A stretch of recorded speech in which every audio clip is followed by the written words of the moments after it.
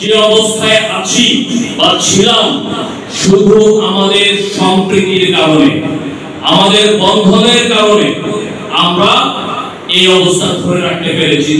আর অনেক খারাপ কিছু হতে পারত, কিন্তু হয় নাই। সেনাবাহিনী খুব তৎপর ছিল এবং রাজনৈতিক দলগুলো খুব তৎপর ছিল, তাদের যৌথ উদ্যোগে ছাত্র জনতা তৎপর ছিল, তার সকলের যৌথ উদ্যোগে আমরা একটা ভালো পরিবেশ ধরে রাখতে পেরেছি, সক্ষম হয়েছি যথেষ্ট পরিমাণে। আমি একটা কথা খুব পরিষ্কার করে বলি, আমরা বাংলাদেশী জাতীয়তাবাদের কথা বলি। বিএনপির প্রতিষ্ঠাতা শহীদ রাষ্ট্রপতি জিয়াউর রহমান বাংলাদেশী জাতীয়তাবাদ, বাংলাদেশী জাতিকে পৃথিবীর বুকে আমাদের দেশকে এক জাতি হিসেবে তুলে ধরেছেন। দেখেন, আমি মুসলমান, আপনারা হিন্দু, আপনি হিন্দু, আমি মুসলমান, আমরা ভাই ভাই।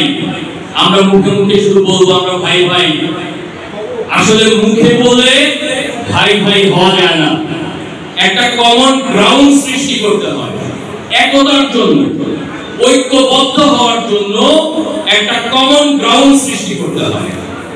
আপনি হিন্দু, আমি মুসলমান, একজন খ্রিস্টান, একজন বৌদ্ধ, বাঙালি, আদিবাসী।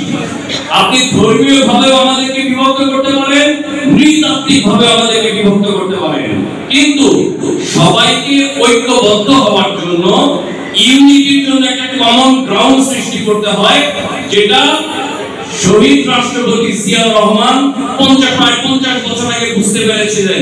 একটা কমন গ্রাউন্ড সৃষ্টি করতে হবে। উনি বাংলাদেশী জাতীয়তাবাদের কথা বলে গেছেন। আমাদের একটা মানচিত্র, 71 সালের স্বাধীনতা যুদ্ধের পর আমরা যে মানচিত্র পেয়েছি, আমাদের স্বাধীন দেশ, এই মানচিত্রের ভিতরে আমরা যারা থাকি, মুসলমান, হিন্দু, বৌদ্ধ, খ্রিস্টান, বাঙালি, আদিবাসী, আমরা সবাই মিলে এক জাতি, বাংলাদেশী। আমরা সবাই মিলে এক জাতি, বাংলাদেশী। এটাই হচ্ছে আমাদের কমন গ্রাউন্ড। এইখানে আমরা সবাই ঐক্যবদ্ধ হব। আমি মুসলমান, আমি কিন্তু ভাই সৌদি আরবের মুসলমান না, আমি কিন্তু পাকিস্তানের মুসলমান না, আমি বাংলার মুসলমান, আমি বাংলাদেশের মুসলমান।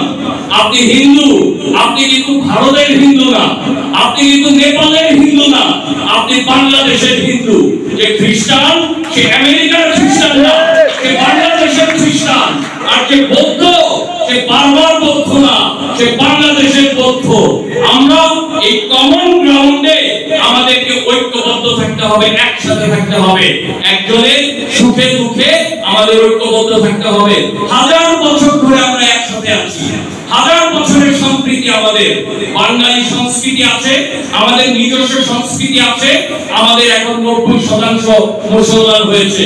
ওই যে আমাদের এক ভাই বলল, সম্ভবত ভারপ্রাপ্ত কর্মকর্তা সাহেব বললেন সংখ্যাগুরু সংখ্যালঘু, এটা উনি বলছেন আমরা সবাই সংখ্যাগুরু। হ্যাঁ, সংখ্যাগুরু সংখ্যালঘু এই বিষয়টা আসে কখন? যখন আপনি গণনা শুরু করেন, তখন এই বিষয়টা আসে যে সংখ্যাগুরু আর সংখ্যালঘু।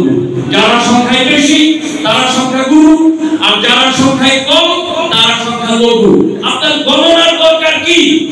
আমরা সবাই বাংলাদেশের মানুষ, আমরা বাংলাদেশের নাগরিক।